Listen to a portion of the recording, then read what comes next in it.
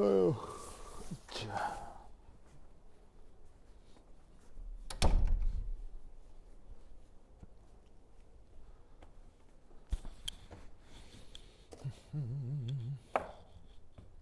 올래? 올래?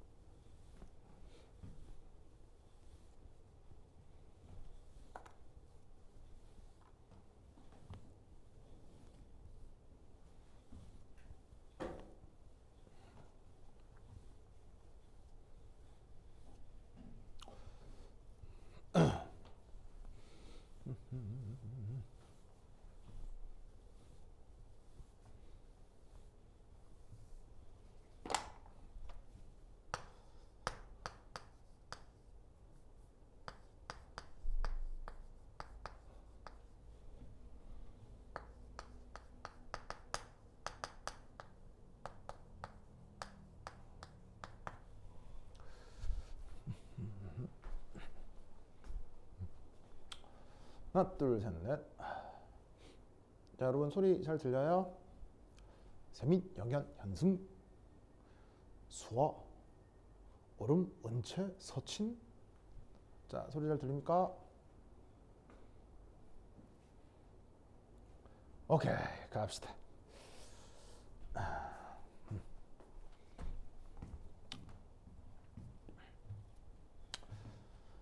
자, 지금 해볼 건 몰리큘러 컬라이전 티어리라고 해서요. 그 우리말 뭐 번역을 하자면 충돌 이론. 그래서 이제 충돌 이론이라고 하는 게 사실은 화학적으로 혹은 물리학적으로 봤을 때 쉽지 않은 이론은 맞습니다. 그래서 사실 화학 전공을 해서 화학과 박사 학위를 하고 그 다음에 노벨상을 받을 때까지 이 컬라이전 티오리에 대해서 전혀 모르는 화학 전공 사람들도 있어요. 알겠죠? 네, 그래서 화학을 배웠다고 모두 다 배우는 건 아닌데 이게 이제 몇몇 일반화학책, 특히나 이제 옥스토비책 같은 경우 이 컬라이전 티오리가 나오거든요. 그래서 뭐 사실 화학과 졸업했다고 해서 배울 필요가 크게 있는 건 아닌데도 그 몇몇 책에서 다루고 있는 주제라 일반적이지 않은 좀 어려운 주제긴 한데 이게 지금 작년 그 기출에는 상당히 많이 나오고 있습니다. 이게 아마 또 선생님 탄 것 같은데요. 올해 또 어떻게 될지 모르겠습니다만 나와 있는 거 한번 봅시다. 물론 지금 하는 컬라이전 티어리는 그 중에서도 그나마 조금 쉬운 버전을 얘기하도록 하겠습니다. 그리고 얘는 우리 앞에서 얘기했던 누구랑 관계가 있냐면 바로 저번 시간에 아이고 어디 갔어? 했던 것 중에서 어디 갔어? 여기 있다. 5번. 5번 문제.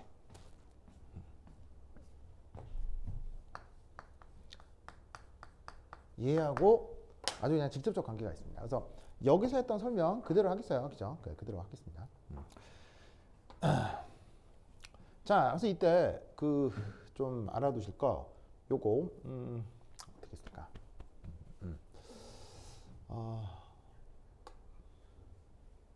졸립다고요? 진짜로요? 그렇게 대놓고 얘기하면은 어? 미안해 지원아? 알겠죠? 그래. 그래. 뭐 어제 뭐 했길래요? 어.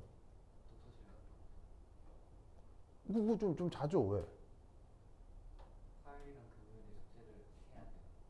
그래요?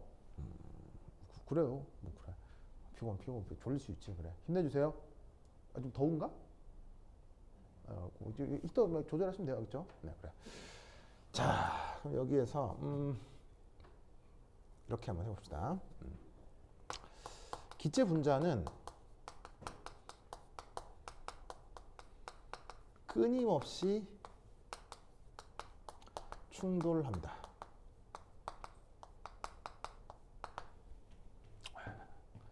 누구랑? 서로. 그리고 혹은 to the wall.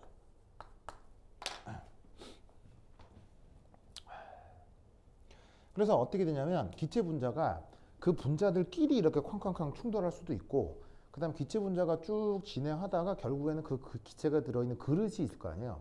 그릇의 벽면하고도 쾅 하고 이렇게 충돌을 할 수가 있습니다. 무슨 말 알겠죠? 그렇죠? 자, 이때 어떻게 생각을 해볼 수가 있냐면, 이때 1초당 이렇게 쓰자. 이때 넘버링을 하나 하자. 그래. 그냥 막 쓰기 좀 그러니까 9.1 한 다음에 1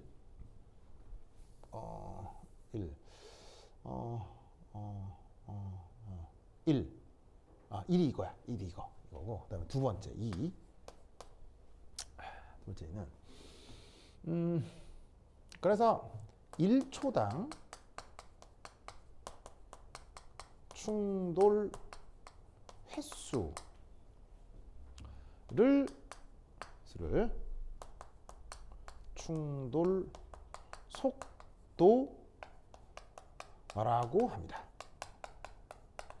그러니까 여기서 이제 속도라는 표현이 물리학에서 사용하는 속도와 이런 데서 사용하는 속도가 이제 표현이 좀 달라요. 그러니까 물리학에서 속도라고 하면 벨로시티가 되잖아요. 벨로시티가 되는데 이게 원래 영어 표현으로는 레이트예요. 그래서 이제 레이트를 속도로 이제 또 이상하게 번역을 한 거죠. 속도는 이제 벨로시티를 속도로 하는 게 좋은데, 예를 들면 이때도 정확한 번역은 충돌 레이트니까 뭐 충돌 변화율 뭐 이렇게 번역하는 게 좋을 것 같은데, 어감을 살려서 충돌 속도 이렇게 번역을 했나 봐요. 근데 개인적으로 마음에 안 드는데 하여튼 이렇게 번역이 되어 있습니다. 그래서 그 1초당 충돌 횟수를 충돌 속도라고 하고, 그때 얘를 어떻게 표현하냐면 보통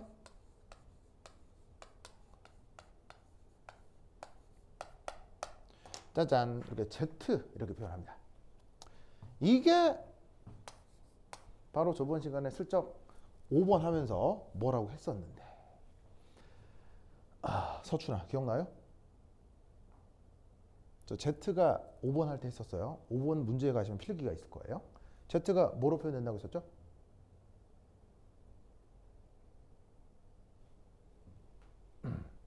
서구야? Z가 어떻게 표현된다고 했었죠? 원자 번호요? 원자 번 미쳐. 이렇게 해서 이렇게 됐을 때 이게 원자 번호? 네, 그때도 Z를 쓰는데 이때 Z하고 지금 Z는 다르죠. 충돌 속도라고 하는 Z가 어떻게 표현된다고 했었나요? 바로 어제 했잖아요. 어제 아니고 뭐제가 뭐 그저께 했잖아요. 그저께인가 하여튼. 지원아 뭐라고 했었어요? 그게 바로 저번 시간에는 분출 속도로 얘기를 했었죠. 그 분출 속도가 여기에 있는 충돌 속도의 한 종류일 뿐인 거예요. 알겠죠?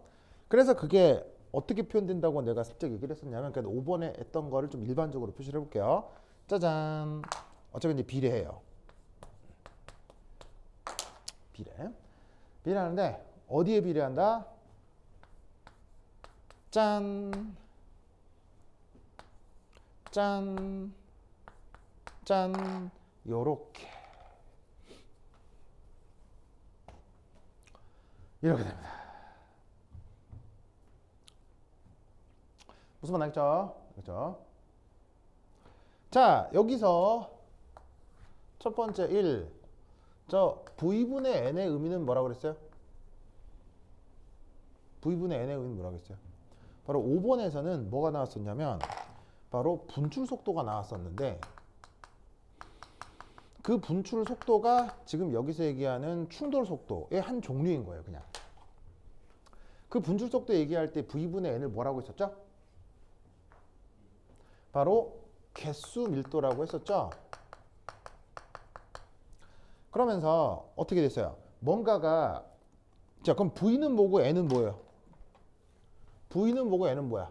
바로 V는 그릇의 부피고요. 위에 있는 요 N은 뭐겠어요? 얘는 분자 개수가 되겠죠. 그러면 동일 부피에 입자의 개수가 적을수록 많은 충돌이 이루어지겠어요? 많을수록 많은 충돌이 이루어지겠어요? 당연히 널널할 때보다 빠글빠글할 때 충돌을 많이 한다고 했죠. 그리고 충돌을 많이 하는 만큼 분출도 많이 한다고 했어요. 충돌하고 분출이라는 개념이 같은 이유가 뭐냐면 분출은 저번 시간에 뭐라고 했었냐면 핀홀에 기체가 빠져나온 현상을 분출이라고 했었죠. 근데 그 핀홀에 기체가 빠져나오는 것을 핀홀에 기체가 충돌한다 라고 생각을 해도 된단 말이에요. 그러니까 분출하고 저 충돌은 같은 개념이 되는 거예요. 그래서 우선 첫 번째, 널널할 때보다는 빠글빠글할 때 더 많은 충돌과 더 많은 분출이 이루어진다. 그래서 그 개수 밀도가 이 충돌 속도에 비례하고요. 두 번째, V바, 이게 뭐였죠? 서춘아? V바가 뭐였어요? 평균 속력.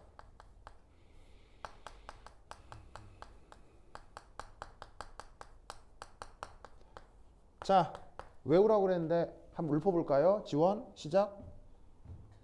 응.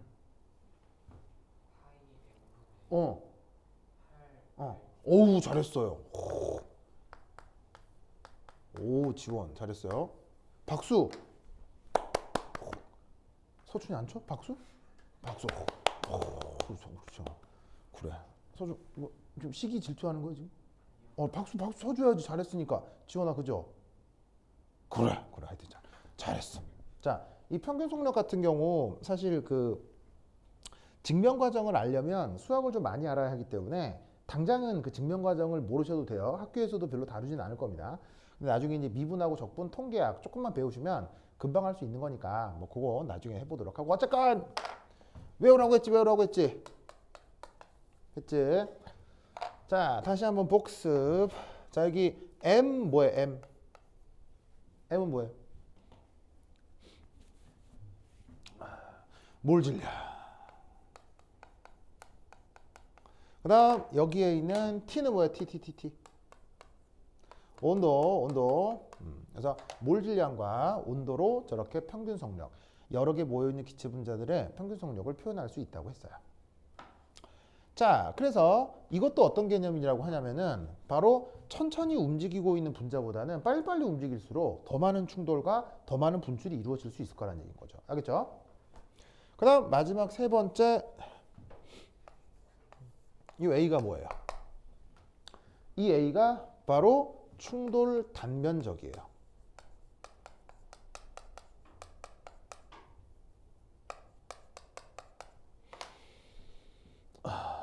충돌 단면적입니다.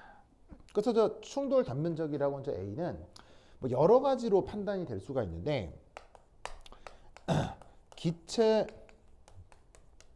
분자 간 충돌,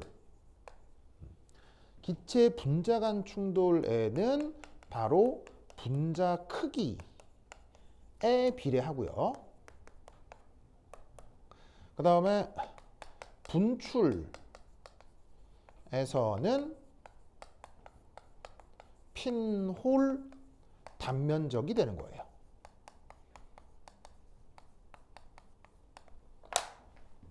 그러니까 핀홀이 면적이 넓으면 넓을수록 기체들이 많이 충돌을 통해 빠져나올 수 있는 거니까 저 A가 바로 저번 시간에 얘기했던 분출에서는 핀홀 단면적이 되는 거고요. 기체 분자 간 충돌의 분자 크기에 비례한다. 이건 어떻게 생각을 하면 되냐면, 자, 이 수식을 다시 한번 봅시다. 의미가 뭐라고요? 바글바글 할수록 많이 빠져나온다고 했죠. 그 다음 뛰어다닐수록 많이 빠져나온다고 했죠. 그러니까 쉽게 얘기하면 여기 대치동이잖아요. 대치동에 지금 여기는 그래도 조금 한산한 지역이긴 하지만 저기 저 메인 스트리트 있잖아요. 대치동 메인 스트리트. 거기 밤 10시에 막 바글바글한 거 알죠? 그거 알죠? 밤 10시에 딱 나가면 대치동에 막 차에 사람에 막 어마어마하잖아요. 그럴 때 바글바글할 때 당연히 사람들이랑 슬쩍슬쩍 충돌할 수 있죠. 그 다음 그렇게 바글바글한데 내가 걸어가는 게 아니고 뛰어다녀. 그럼 더 많은 충돌이 있을 수 있는 거예요. 그 다음 이 A는 어떤 상황이라고 생각하면 되냐면, 자, 내가 그 바글바글한 곳을 지나다니는데 그냥 혼을 몸으로 지나다니는 게 아니고요. 만약에 내가 등에 이만한 큰 등산 가방 같은 거 있죠. 그런 걸 짊어지고 돌아다닌다고 쳐봐요. 그럼 또 충돌을 많이 하겠어요? 덜 하겠어요? 당연히 또 충돌을 더 자주 할 수 있게 된단 말이에요. 아시겠어요? 그래서 요거 내가 저번 시간에 뭐라고 썼냐면 분출과 관련해서 이 수식 이제 어떻게 한다고 그랬어? 외우라 그랬지. 외우라고. 알겠죠? 외워야 돼. 그래서 어떻게 해요? 바글바글 할수록 더 자주 충돌하고, 그 다음 뛰어다닐수록 더 자주 충돌하고, 넙대대할수록 더 자주 충돌하는 거야. 알겠죠? 그래서 요 수식을 반드시 외워야 돼. 지원 알겠죠? 알겠죠? 그래. 서춘이 알겠죠? 서구도 알겠죠? 그래. 자, 그래서 요거 꼭 기억을 해두시기 바랍니다. 자, 그럼 이때 여기에서 9.2 문제를 한번 풀어봅시다.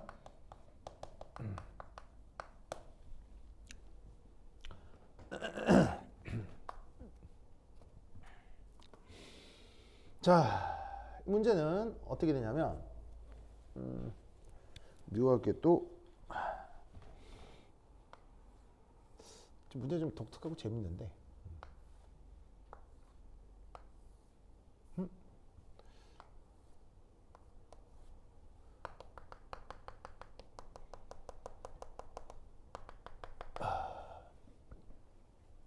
이게 지금 큐빅이야. 자, 큐빅 우리말로 뭐예요?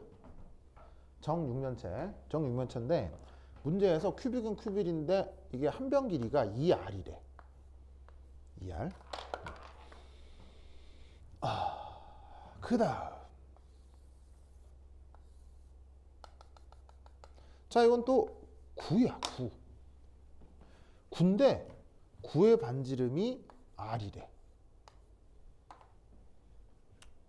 요 두 그릇에 대해서 등, 온, 등, 몰수 조건이야.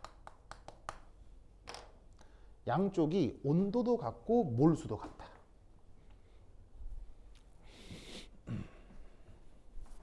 아시겠죠? 이때 뭘 계산해 보라고 하냐면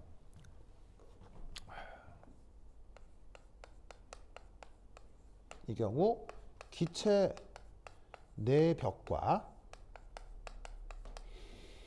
기체 그릇 용기 내벽과 기체 분자 간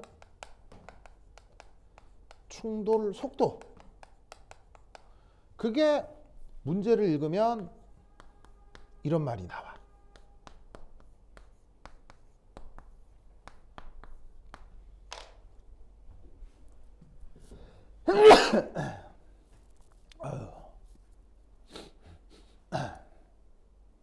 너무 재재.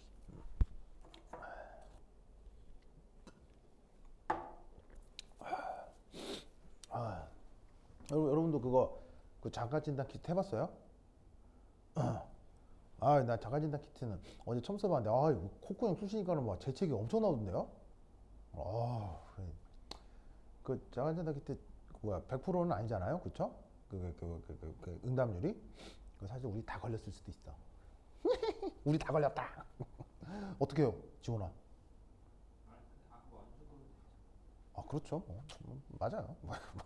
그러네요. 네. 하여튼 그렇다. 자, 어쨌건 봅시다. 네. 그래서 항상 조심해야 될 것 같습니다. 자, anyway, 이거. 네. 그래서 이제 용기 내벽과 기체 분자 간 충돌 속도 이렇게 되는 건데요. 여기에서 4분의 1은 일종의 이제 뭐라고 생각할 수 있냐면요, 비례상수예요. 그래서 이제 앞서서는 그냥 내가 비례관계라고 썼잖아요. 비례관계 썼잖아요. 근데 저 비례관계만 알면 되지 비례상수까지 뭐 그렇게 신경 쓸 필요는 없습니다. 무슨 말 알겠죠? 요거 기억해 두시면 됩니다. 자, 그 다음에 요거 이제 어떻게 되겠습니까? 얘를 적용을 해서 문제에서는 뭐라고 하고 있냐면 요거하고 요거 사이에서 이 충돌 속도, 이게 어떻게 되는지를 지금 비교해 보라는 문제인 겁니다. 자, 그래서 우선 첫 번째 1번은 뭘 구해보느냐. 바로 9에서의 충돌 속도와 그 다음 저기에 있는 큐빅에서의 1초당 충돌 속도, 요거를 한번 비교해 보라는 말입니다. 비교라는 게 결국 뭐냐면 비례 관계를 한번 찾아보라는 얘기거든요. 그러면 관계식이 이거잖아요. 문제에서도 나와 있어요. 그래서 밀도에 비례하고 평균 속력에 비례하고 여기는 단면적에 비례한다, 이런 말이 나온다고요. 그럼 얘를 그대로 여기다 넣으면 돼. 알겠죠? 그대로 넣으면 돼. 자, 그럼 어떻게 하면 되느냐. 바로 4분의 1 한 다음에 이게 뭐예요? 개수 밀도죠. 자, 개수 밀도 어떻게 쓰시면 되냐면 9의 부피에 대한 입자 개수. 그 다음, 자, 여기에 V바가 뭐였죠? 평균 속력이었죠. 이거 그대로 써주시면 돼요. 바로 8RT over 파이 M 그대로 써주시면 돼요. 그 다음에 A는 충돌 단면적인데 9에서의 충돌 단면적을 생각해 주시면 되죠. 자, 그 다음 아래쪽은 바로 정육면체에서의 보시다시피 충돌 속도를 계산해 주시면 되죠. 그러면 이때 여기에서 큐빅이니까 이제 C로 줄여 쓸게요. 여기서도 평균 속력 8RT 파이 M의 루트, 그 다음 단면적의 큐빅, 이렇게 써주시면 되겠습니다. 그럼 우린 여기서 뭘 할 수 있냐면요, 이거 의외로 굉장히 많은 요소들이 같아진다 라는 걸 알 수 있습니다. 우선 첫 번째, 뭐가 나가리 되죠? 비례상수가 나가리 되고요. 그 다음 문제를 읽으면 이쪽하고 이쪽에 입자의 개수 혹은 몰수가 다 같다고 되어 있습니다. 그래서 어떻게 했냐면 개수도 똑같고요. 그 다음에 온도가 똑같다고 되어 있거든요. 온도가 똑같으니까 어떻게 되겠어요? 이것도 다 똑같지. 기체 종류도 뭐 똑같으니까 분자량도 다 같을 거 아니에요. 그래서 수식이 복잡해 보이지만 정리하면 뭐 오로록 정리하면 뭐 다 나가리 되는 거예요. 무슨 말인지 알겠죠? 그럼 이때 여기서 우리는 뭘 할 수 있느냐? 이게 바로 이렇게 되는구나. 바로 9의 단면적, 9의 부피 곱하기 큐빅의 단면적, 큐빅의 부피. 바로 단면적과 부피의 비로 저 충돌 속도가 표현되겠구나. 매우 기하학적인 관계가 돼버리는 거예요. 무슨 말 알겠죠? 그래서 우리가 알고 있는 9와 큐빅의 그 단면적과 부피를 찾아서 넣어주시면 된다, 이런 말이죠. 자, 그럼 해볼까요? 9의 부피 어떻게 돼요? 9의 부피 어떻게 돼요? 석후야? 9의 부피 어떻게 돼요? 3분의 4 파이 R 3승. 그 다음에 쿠의 단면적 어떻게 돼요? 석후 4파이 R 제곱 곱하기, 그 다음 집어넣어? 여기에 있는 큐빅의 부피는 어떻게 돼요? 큐빅의 부피 그렇지. 한 변 길이가 2R이니까 이거 3승 이렇게 해주면 되는 거죠. 그렇죠? 그 다음 서추나? 이 큐빅의 단면적은 어떻게 돼요? 바로 뭐냐면은 한 변 길이가 4R, 한 변 길이가 2R의 제곱일 텐데 그런 면이 6면체니까 6개가 있는 거겠죠. 알겠죠? 그래서 이거 계산은 얼마게 해요? 1이 나옵니다. 알겠죠? 그래서 묘하게도 저기 뭐야? 시간당 저 면을 때리는 입자의 총 충돌 횟수는 똑같습니다. 무슨 말 알겠죠? 저렇게 독특한 비교 문제를 해보라는 게 현재 이 문제인 거죠. 알겠죠? 자, 그런데 이때 두 번째는 뭐냐면요, 이겁니다. 바로 양쪽의 압력 비교입니다. 뭐 압력? 뭐 내부 압력이라고 할까요?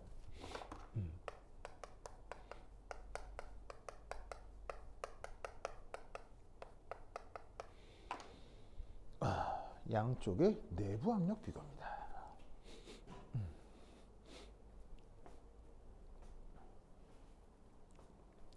자, 저 양쪽의 내부 압력은 지금 어디가 더 크고 어디가 더 작을까요? 아니면 같을까요? 어떻게 될까요? 양쪽의 내부 압력은 어떻게 비교할 수 있을까요? 자, 양쪽의 내부 압력을 또 이렇게 한번 표기를 해볼까요? 이쪽은 PC 큐빅이니까 이쪽은 P1 아니 뭐 9 이렇게 표현을 해보죠. 자, 근데 양쪽은 뭐예요? 등온 등몰수 조건이죠. 등온 등몰수 조건. 그러면 우린 여기서 뭘 할 수 있냐면 바로 등온 등몰수 조건에서 바로 기체의 압력과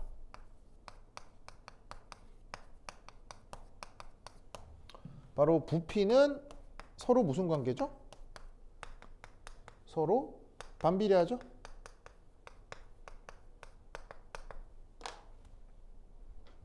저런 법칙을 무슨 법칙이라고 하죠? 바로 그 유명한 보일 법칙이 되겠습니다.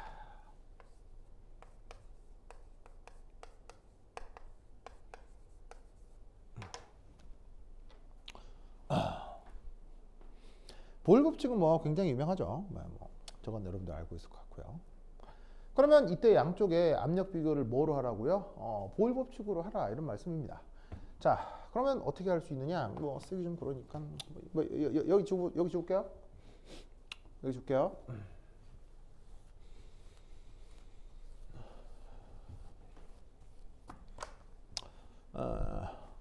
자, 두 번째 PV는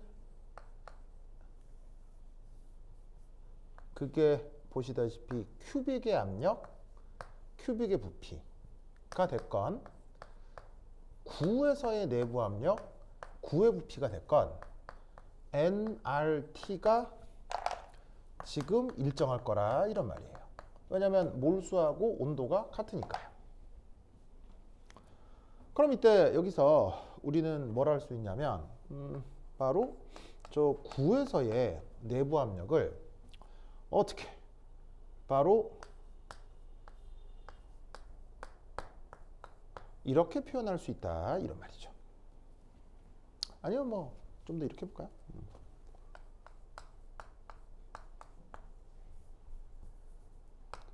자, 그러면 큐빅에서의 부피는 어떻게 되냐면 2R의 3승이고요.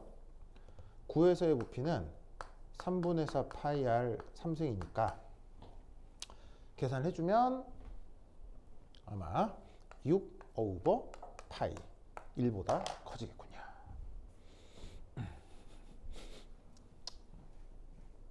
아시겠죠? 그래서 어디가 더 저압이고 어디가 더 고압 조건이 돼요? 이쪽이 상대적으로도 고압, 이쪽이 저압 조건이 되는 거죠.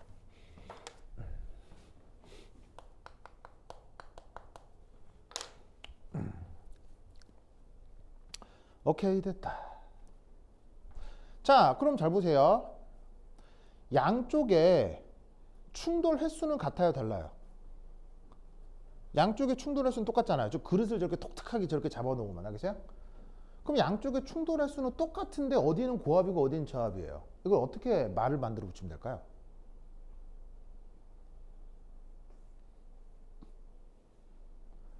바로 이겁니다. 자, 저압, 고압 다 좋은데 양쪽의 부피는 어디가 더 커요? 부피는 이쪽 부피 그리고 단면적 모두 이쪽이 더 크죠. 맞나요? 이쪽이 어떻게 되냐면 바로 부피와 단면적 모두 더 작습니다. 그럼 이때 어떤 생각을 해볼 수가 있냐면 1초당 충돌 횟수가 같다며요. 1초당 충돌 횟수가 같은데 이쪽 단면적이 더 작은 거예요. 그러면 단위 면적당 더 많은 충돌은 어디서 이루어진다? 여기서 이루어진다는 얘기죠. 알겠죠? 그래서 여기서 해석은 뭐 이렇게 해주시면 돼요. 바로 9에서 단위 면적당 분자 충돌이 더 많아지는 거죠. 그래서 그쪽이 더 고압 조건이 된다. 이렇게 해석을 해볼 수 있습니다. 그래서 어찌 생각하면 당연한 건데 이게 그 계산을 1번을 해봐라 2번을 해봐라 이렇게 나열하면 이게 뭐 같은데 왜 차이가 있지? 뭐 이런 이제 약간 헷갈림이 발생할 수 있는 거죠. 근데 이제 가만히 생각을 하면 저기 그냥 아예 부피도 크고 뭐 단면적도 크고 이러면은 충돌의 밀도가 또 다르겠구나 이런 생각을 해볼 수가 있겠죠. 알겠죠? 그래서 분자 충돌 이론이 그 좀 뭐 이게 크게 어려운 건 아니지만 작년 시험 문제 이렇게 2개 정도 나온 것 같습니다. 됐죠? 자, 이게 9번 문제가 되겠어요. 자, 정리하시고요. 그 다음 문제 넘어가겠습니다. 자, 다 적으셨어요?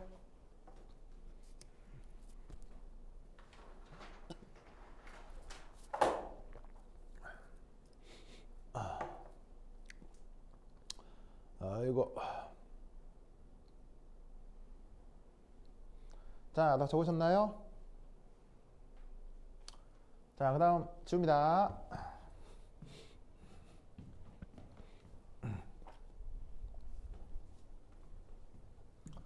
자, 지울게요. 준다.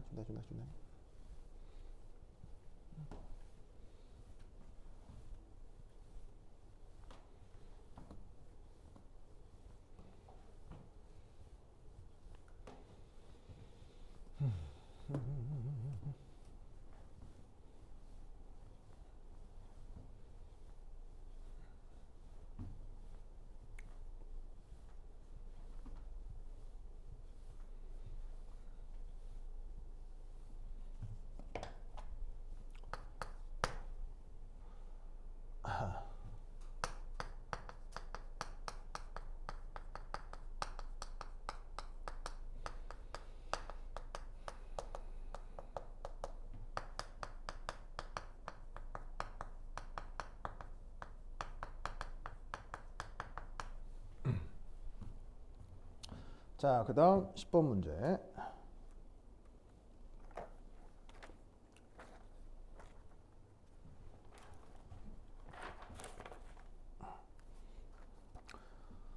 자, 내가 이 문제를 이제 막 살펴보면서 들었던 생각이 이건 학교 선생님이 굉장히 심혈을 기울여서 내신 거구나.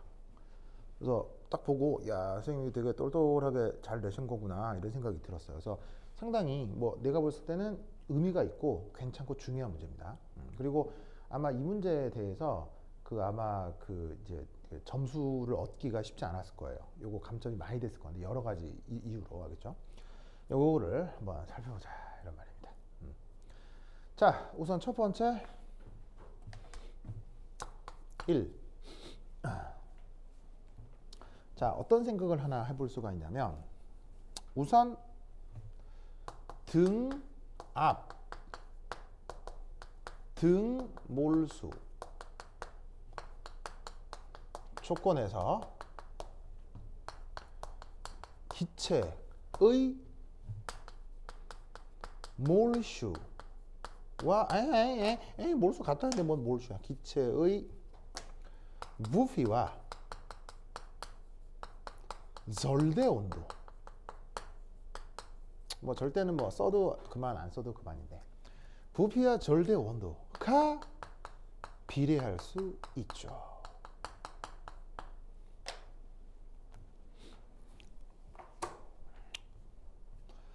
이걸 그 유명한 뭐라고 합니까? 등 앞, 등 몰수 조건에서 기체의 부피와 절대 온도가 비례한다. 석후? 자려고 그러죠. 괜찮아요? 석후 이거 무슨 법칙이라고요? 그렇지. 바로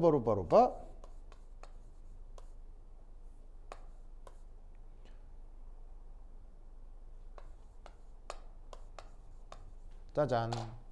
찰스의 법칙이라고 합니다. 찰스. 이게 영미권에서는 찰스, 프랑스에서는 샤를. 알겠죠? 네, 그래서 알파벳이 똑같습니다. 똑같은데 저기 프랑스에서 태어나면 샤를, 영국 사람이면 찰스. 알겠죠? 그래서 이 양반이 이제 프랑스 사람이라 뭐 샤를이라고 하죠. 그래서 아주 유명한 녀석이죠. 그래서 그걸 수식으로 좀 표현을 해보면 이렇게 될 겁니다. 바로 PV는 nRT. 여기에서 얘를 어떻게 표현할 수 있냐면 V는 P분의 nRT 이렇게 표현할 수가 있다. 이런 말이죠.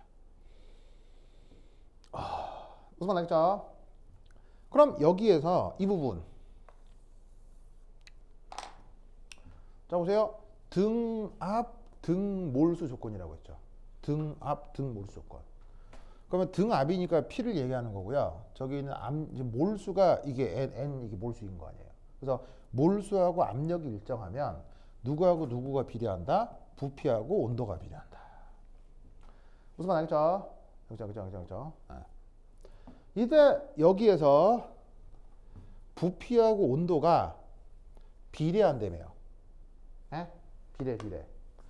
비례한다면 여기에 쓰여져 있는 nRP 이게 뭐겠어요? 부피하고 온도가 비례한다며요. 그러면 nRP 이게 뭐겠어요? 바로 비례의 상수겠죠? 그러면 비례상수만큼 이 부피하고 온도 관계가 어떻게 될 수 있느냐? 이런 생각을 해야 돼요. 바로 고압 조건일수록 어떻게 된다? 기울기가 완만해지겠구나.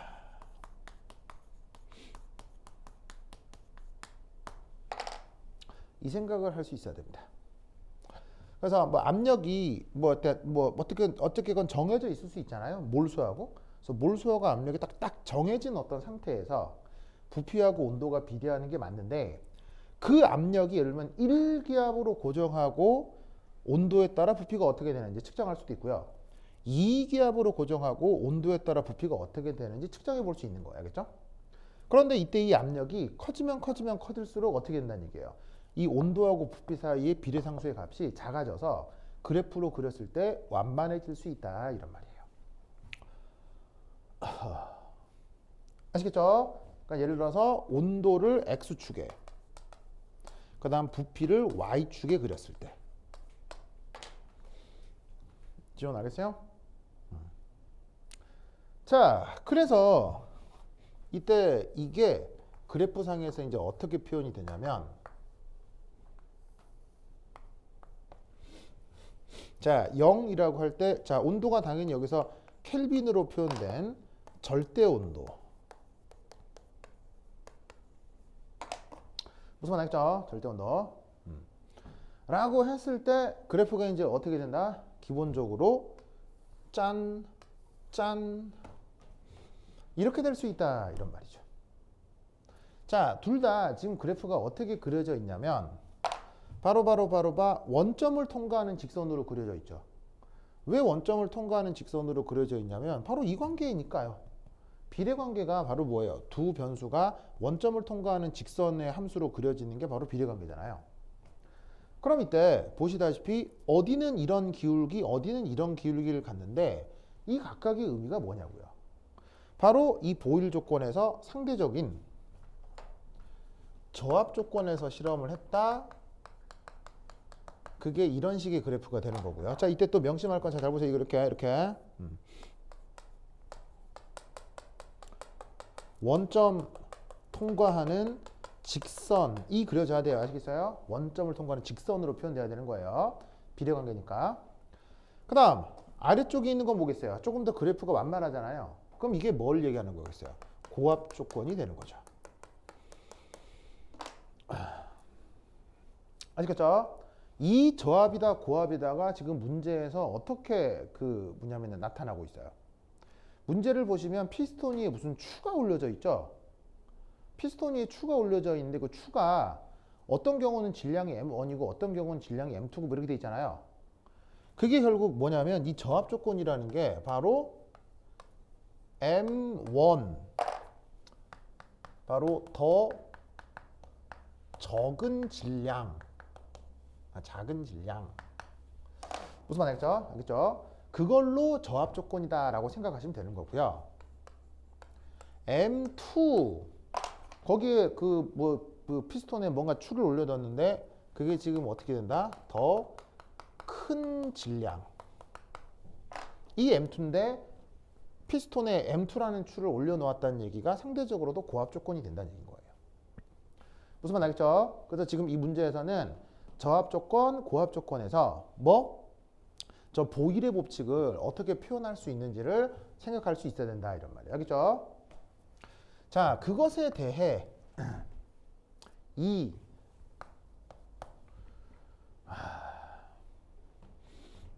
요건데 순물질의 경우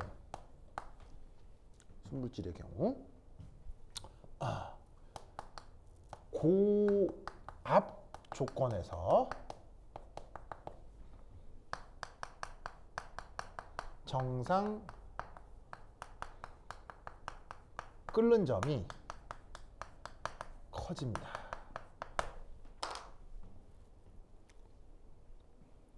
뭐 정상까지는 빼버리고 그냥 끓는 점이 커진다.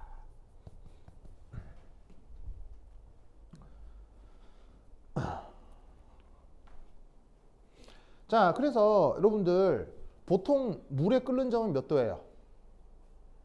물에 끓는 점은 100도씨라고 하잖아요. 어떤 압력 조건에서? 일기압 조건에서. 근데 왜 뭐 밥을 하려고 밥을 해야 되는데 저 산에 올라가서 뭐 좀 올라가서 밥을 했더니 근데 여기서 이 산은요 에베레스트 산 같은 걸 얘기하는 거예요. 무슨 말인지 알겠어요? 무슨 말인지 알겠죠? 그냥 이 동네 뒷산 그리고 아마 한라산도 크게 영향 없어요. 무슨 말인지 알겠죠? 그렇게 영향 없어. 그러니까 한 어디쯤 가야 에베레스트 산쯤 가야 사실은 큰 영향이 있습니다. 그렇죠? 그렇게 큰 차이는 아닌데 뭐. 한라산 정도 조금 영향이 있긴 있겠다. 그래서 뭐 어떤 얘기를 하냐면 그 높은 산에 올라가면 압력이 조금 감소할 수 있죠. 왜냐하면 우리를 짓누르는 기체의 양이 좀 줄어들 테니까. 그럴 경우 약간 저압 조건이 되는데 그때는 물에 끓는 점이 조금 떨어진다 이런 얘기 하죠. 그렇죠? 그래서 여러분들이 기존에 알고 있는 얘기인데 사실 이 녀석은 요것만 놓고 보면요 얘는 이제 2학년 2학년이래 1학년 2학기 이게 시험범위입니다.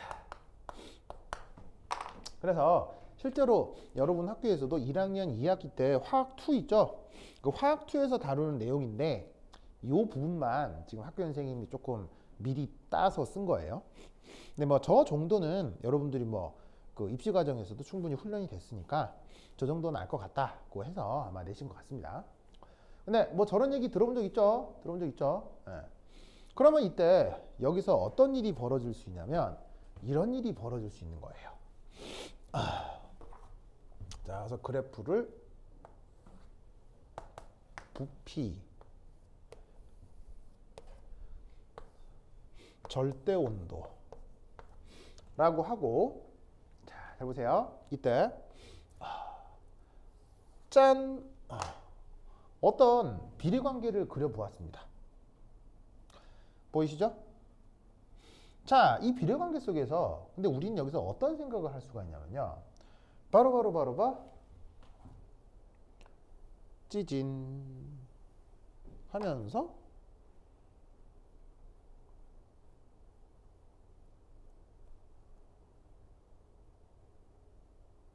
아마 문제에 그래프가 이런 식으로 나와 있을 거예요.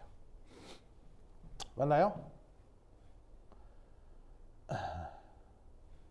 그래프 찾았어요? 문제 찾았어요. 문제에 보시면 이런 그림이 있죠. 그럼 이것의 의미가 뭐냐면 우선 첫 번째 여러 가지 의미가 있을 수 있는데 첫 번째는 0 켈빈에는 사실 도달할 수 있어요? 도달하지 못해요? 도달하지 못하는 거예요. 무슨 말 알겠죠? 그러니까 0 켈빈을 우리가 가정을 하지만 실제로 그 0 켈빈은 도달할 수 없는 가상적인 온도가 되는 거죠. 무슨 말 나겠죠? 그렇죠. 그리고 또 하나의 문제는 뭐냐면 바로 갑자기 부피가 급격하게 줄어들죠. 그럼 여기에서 이런 식의 급격한 부피 변화. 이건 무엇 때문일까요? 바로 기체가 액체로 상태 변화하고 있는 거예요. 그럼 아시다시피 여러분 기체의 부피가 더 커요? 액체의 부피가 더 커요? 기체의 부피가 더 크죠? 그리고 참고로 요거 하나 알아두세요.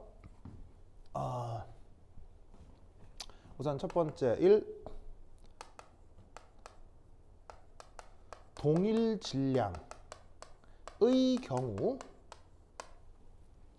어떻게 되느냐.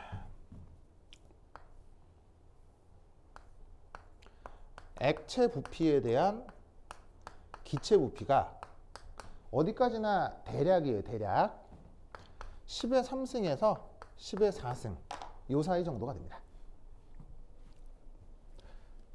그래서 액체에 비해서 기체의 부피는 대략 수천 배에서 수만 배 더 커요. 아시겠죠? 그러니까 기체가 저렇게 액체로 바뀌게 되면 어떻게 된다? 이런 식으로 급격하게 부피가 쫙 줄어들게 되는 거예요. 그래서 이 그래프의 의미가 뭐냐면 이렇게 생각하시면 됩니다. 자, 여기서부터 여기까지 영역에서는 얘가 기체로 존재하는 거예요. 근데 이때 여기서부터 요 아래 구간은 바로 기체와 액체가 혼합되어 있는 거예요. 그래서 기체하고 액체가 혼합된 상태로 기체가 점점 양이 줄어들고 점점 어떻게 된다? 그 양이 액체로 점점 변하고 있는 거죠. 그래서 지금 주어져 있는 요 상황은 그런 식의 액체, 그런 식으로 이제 어떻게 되냐면 액화 시작되는 순간을 얘기하고 있는 거고요. 여기는 바로 액화가 완결되는 그 상황을 얘기하고 있는 거예요. 그래서 계속 기체로 있다가 온도를 감소시켰을 때 계속 기체로 있다가 여기에서 액체가 되기 시작하는 순간이 되는 거고요. 그 상태에서 계속 압력을 유지하면 액체의 양이 점점 늘어들고 기체의 양이 점점 줄어드는 거죠. 그러다가 여기에서는 전부 다 액체가 완결이 돼서 액화가 완결된 시점에서는 대부분 액체로 존재하는 거고요. 액화를 시작하는 상황에서는 여전히 기체가 대부분인 상황인 거죠. 어떤 상황인지 알겠어요? 지훈이 알겠어요? 그다음에 저기 서춘이 알겠어요? 서구 알겠어요? 그래서 여기서 이제 계속 기체로 있다가 여기서 딱 액체가 시작이 돼서 여전히 기체가 대부분이긴 하지만 계속 이 압력과 이 온도를 유지하게 되면 점점 그 액체는 많아지고 기체는 점점 줄어들어서 여기에서 대부분 액체가 되고 있는 그런 상황을 지금 보여주고 있는 거예요. 이때 여기 그 온도가 바로 끓는 점이 된다는 얘기죠.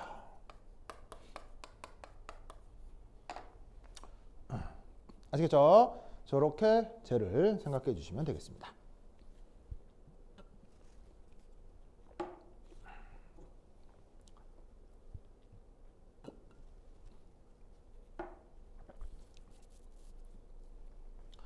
그러면 여러분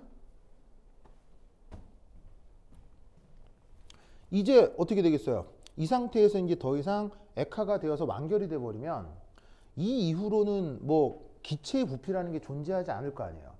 그러니까 이 이후로는 보시다시피 여기서부터 여기까지 영역은 바로 기체 부피가 아예 없는 거죠.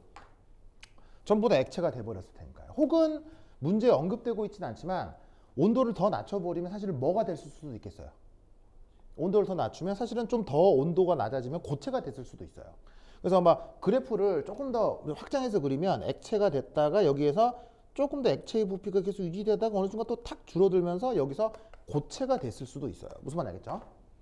그래서 기체다가 액체로 변하다가 액체로 유지되다가 고체로 변해서 고체 상태로 그냥 계속 이렇게 크기가 유지되고 있는 이런 상태일 겁니다. 근데 기체에 비해서 액체나 고체는 거의 부피가 나타나질 않기 때문에 그래프상에서 거의 함수값이 나오지가 않는 거죠. 서고 알겠죠? 그럼 이때 여기에 있는 요거하고 여기에 있는 이걸 어떻게 하라는 얘기야? 이 두 개를 한꺼번에 표현하라 이런 말이지. 무슨 말 알겠죠? 알겠죠? 그러면 여러분 이 그림하고 이 그림을 한꺼번에 연결하면 어떻게 표현할 수 있겠어요? 바로 이렇게 된다 이런 말입니다. 자, 빨리 그리세요. 다 그렸어요?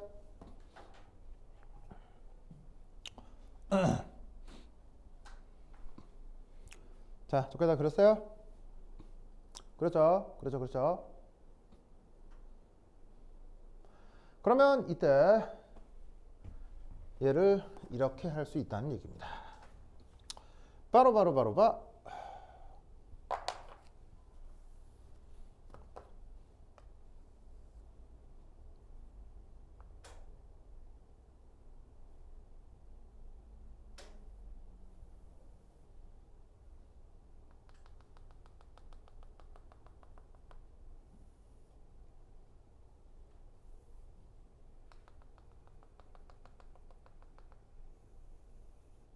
요렇게.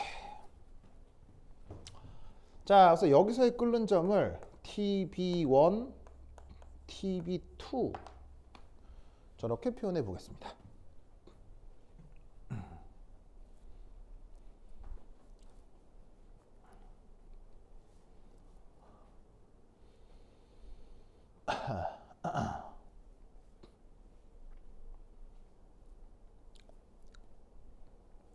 아이고. 자, 저기 보이세요? 자, 우선 여기서 이제 하나 알 수 있는 게 뭐냐? 우선 여기 TB1, TB2가 뭐예요? 이 그래프가 좀 저합 조건이고 이 그래프가 고합 조건이죠. 그래프 그릴 때 어떻게 해야 되냐면 원점을 통과하는 직선의 일부로서 얘네들을 그려줘야 되는 거예요. 무슨 말인지 알겠어요? 그냥 대충 그리면 안 돼, 알겠죠? 대충 그리는 게 아니고 이렇게 원점을 통과하는 직선의 일부로서 그리는 거고 이 각각이 뭡니까? 각각의 저합 조건, 고합 조건에서의 끓는 점이 되는 거죠. 그러면 여기서 확인할 수 있는 게 뭐냐면 아까 뭐라고 했었어요? 바로 고압 조건에서 끓는 점이 커진다 이렇게 얘기를 했었죠. 그래서 이 그래프를 끊을 때 이게 저합 조건에 끓는 점이라면 고합 조건에 끓는 점이 이러하다 라고 표기를 해주면 된다 이런 말이에요. 무슨 말 나겠죠? 서구 알겠어요? 지원이 알겠죠? 서춘이 알겠죠? 자, 그 다음 또 하나. 뭐 사실 요거까지는 교수가 그 학교 선생님이 원했는지 모르겠어요. 근데 이때 여기서는 이런 생각을 좀 해볼 수도 있어요.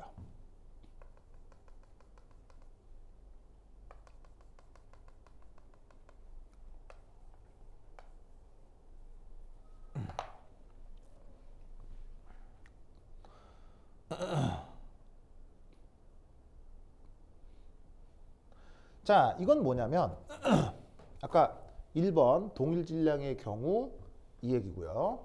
자, 여기 지울게요, 이제. 자, 여기 지워도 되겠어요?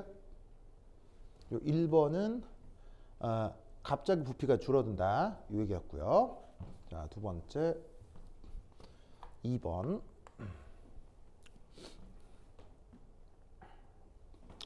더 고온 조건에서 기체가 액체가 되려면 어떻게 되느냐?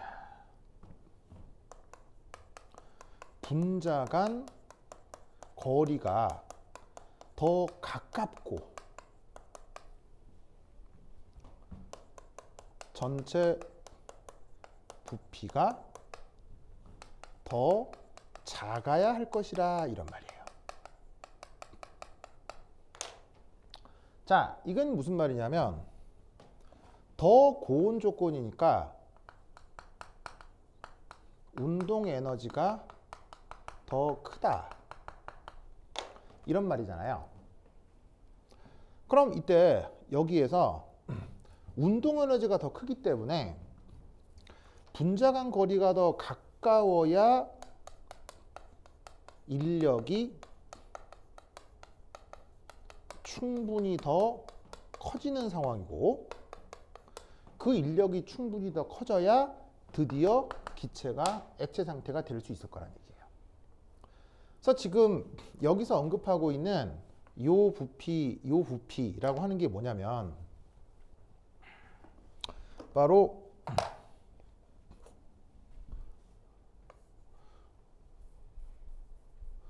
응축이 시작되는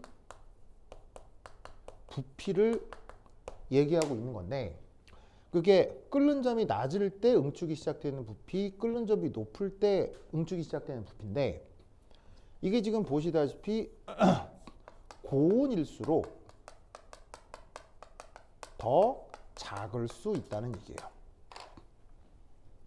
온도가 고온이라서 잘 안 뭉친다고. 기체 분자끼리 뭉쳐지질 않아요. 그럼에도 액체로 뭉쳐야 되잖아요.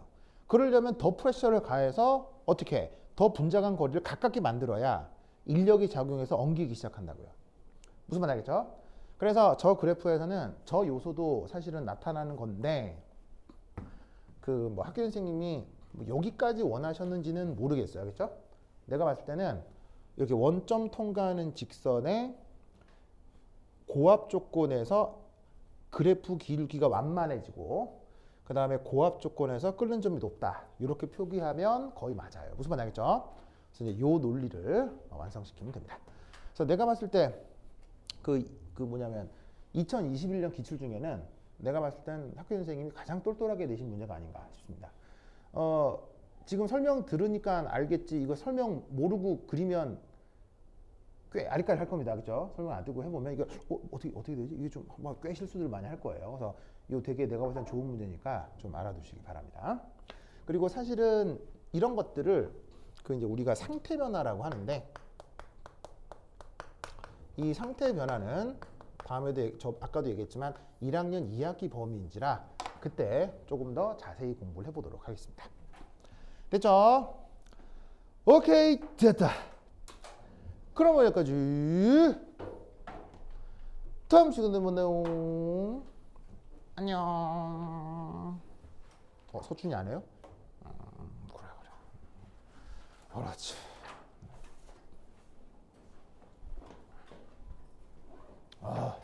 시마이 데스.